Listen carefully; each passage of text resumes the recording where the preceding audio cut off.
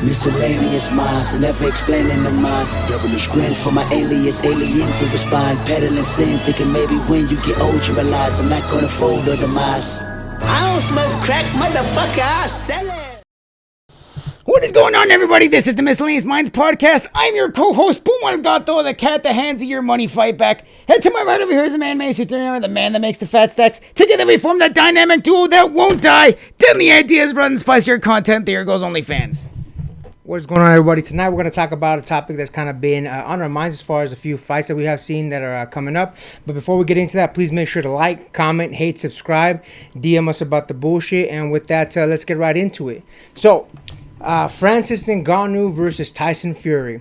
I have a couple different thoughts about the fight itself, and then I also want to talk about some of the implications this has, and we're going to talk a little bit about Dana White.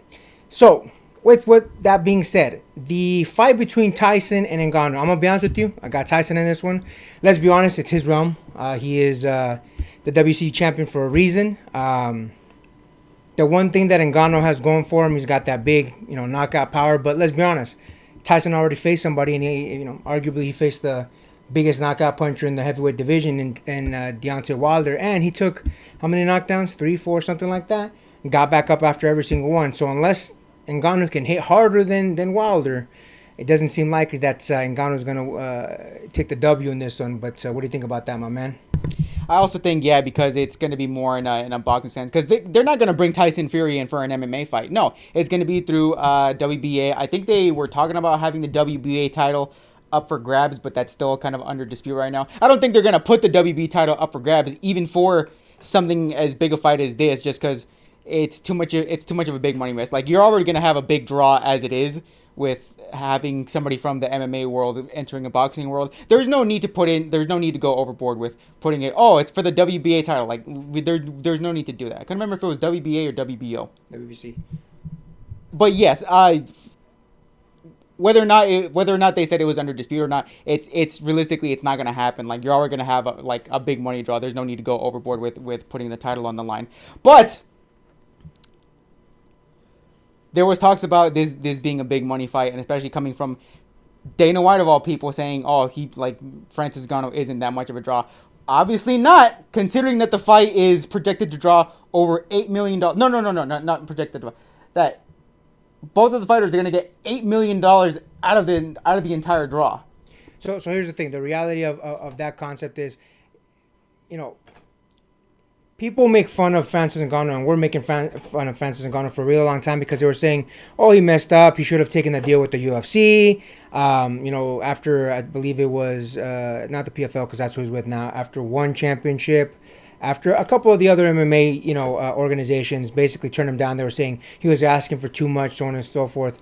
He ended up getting exactly what he wanted with the PFL deal. Now, here's the thing. Not only is he getting to be a fighter there and he can, box, which is, this whole Tyson Fury debacle, but on top of that, he's part of the future talent portion of the PFL. He's going to help a lot of the fighters get a bigger portion of the pay that comes in from the different fights. He's going to be a gigantic portion, I guess, of PFL Africa, something like that, basically expanding the division in Africa. Number of different things like that. So here's the thing.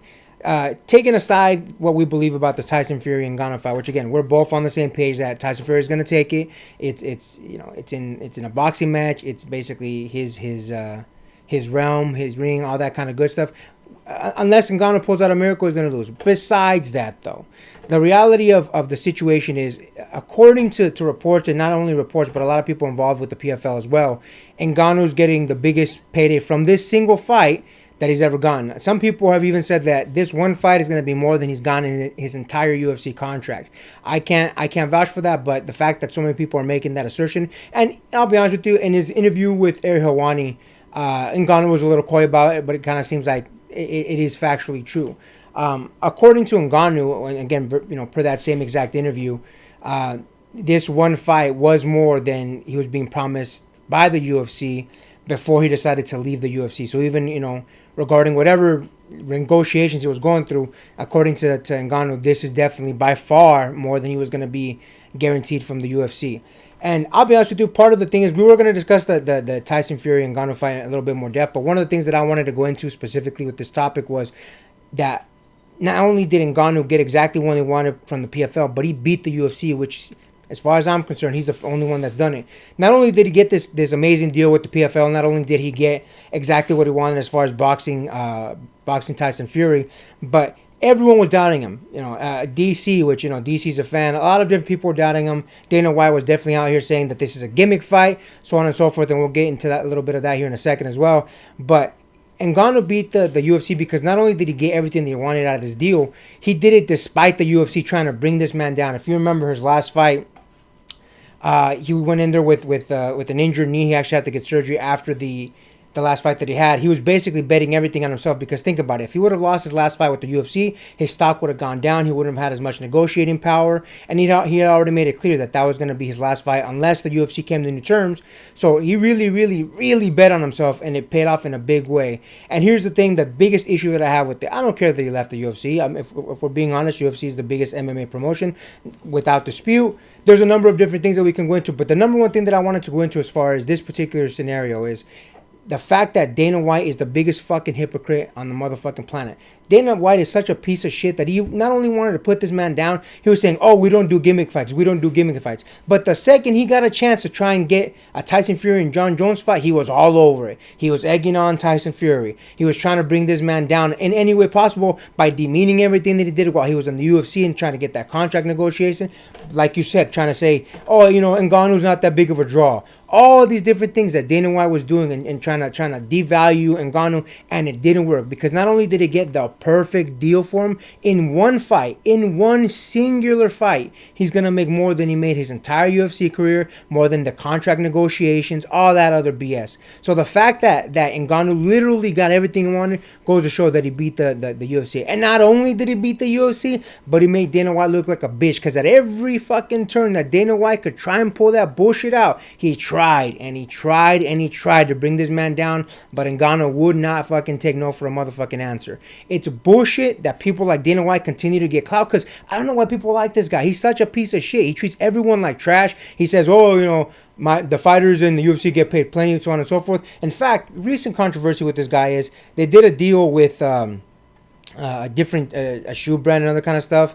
And apparently he was saying, oh, that's the fighters deal. The fighters are getting paid. But according to the fighters, they ain't getting shit. So not only is he a piece of shit, he's a fucking liar, he's trash. And I'm not gonna lie, I'm glad that Ngannou got what he wanted because this just sets the stage for other UFC fighters to do the exact same thing. The fact that the UFC monetizes everything that they possibly can and make sure that they don't have any sponsors so that the UFC can keep that money. All this other BS just goes to show. And here's the thing. I know that it's not just Dana White. I know it's the owners of the UFC as well. But the fact that Dana White specifically goes out of his way to make sure to bring down the talent so that when they leave, they have less negotiating power is why he's such a bitch. He tried to do the same thing to Nate Diaz, and Nate Diaz ended up winning his last fight against Tony Ferguson. But what do you think about that, my man? Yeah, absolutely hypocritical, especially with all the times that he's actually outright done money fights, even though he wouldn't admit at the time that he did. The only one time that he admitted was a money fight was Conor McGregor versus Floyd Mayweather. But what has he done since then? He's done CM Punk entering again against Mickey Gall. That was a money fight. He's now doing Elon Musk versus why am I blanking on his name? Mark Zuckerberg. That's a fucking money fight. We just talked about it the other day where he was trying to set it up with Hasbulla with somebody else. This man is out here trying to say, oh, Francis Ngannou, that's a money fight. That's a fight that's going to go nowhere. Meanwhile, he's had four different times that he's set up where it was absolutely money fights, where there was marquee value in just setting up the names alone, not based on any sort of fighting merit, any sort of grappler history, nothing, none of that. Just set up on name value alone. And he said Francis Ngannou versus that's money fight. That's going nowhere. Absolute gimmick fight, whatever. Gimmick money fight. Let's be honest. It's all bullshit from his own rationale. It's all bullshit for him to be saying, okay, it's just a gimmick. It's nothing more. It's not going to go any further than this. And fine, maybe it's just going to be a one-off. Maybe after this, Francis Ngannou and Tyson Fury, they're going to part ways, they're going to count their stacks, and they're going to call it a wrap at the end of the day. Fine, whatever. But you can't be out here saying, oh, it's a gimmick fight, it's a money fight, there's nothing behind it. It was like, my man, you've done plenty of things. Again, acting against fighters' interests. You've done plenty of things to act against fighters' interests for the sake of money, for the sake of $1.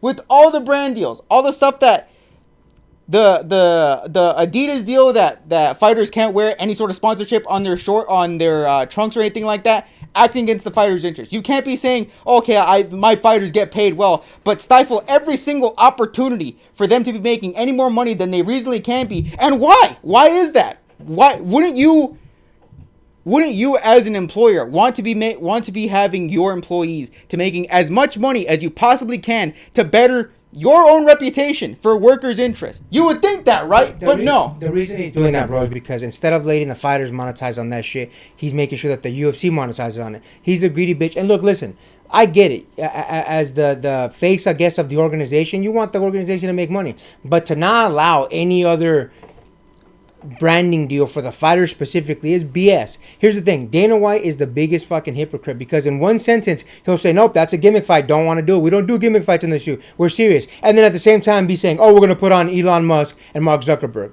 Insane. Dana White, honestly, I don't care who fucking listens to this dude. He shouldn't be taken serious in any fucking way. Dana White is the definition of a fucking whore because he will say everything under the sun in one sentence and then in the next sentence say something completely fucking different. So it's fucking little bullshit that people still treat this guy like he's some sort of fucking boss. He's a piece of shit. And here's the funny thing.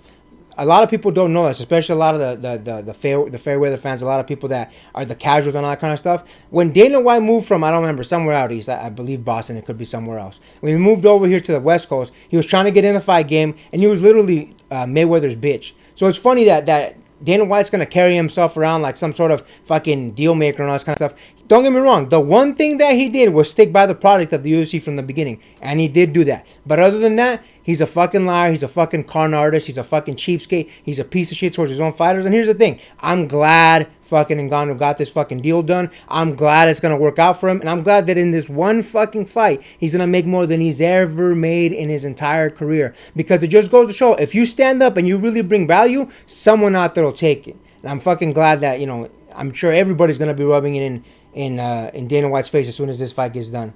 Anything else you want to add to that, my man? No, I think that was a perfect cap off.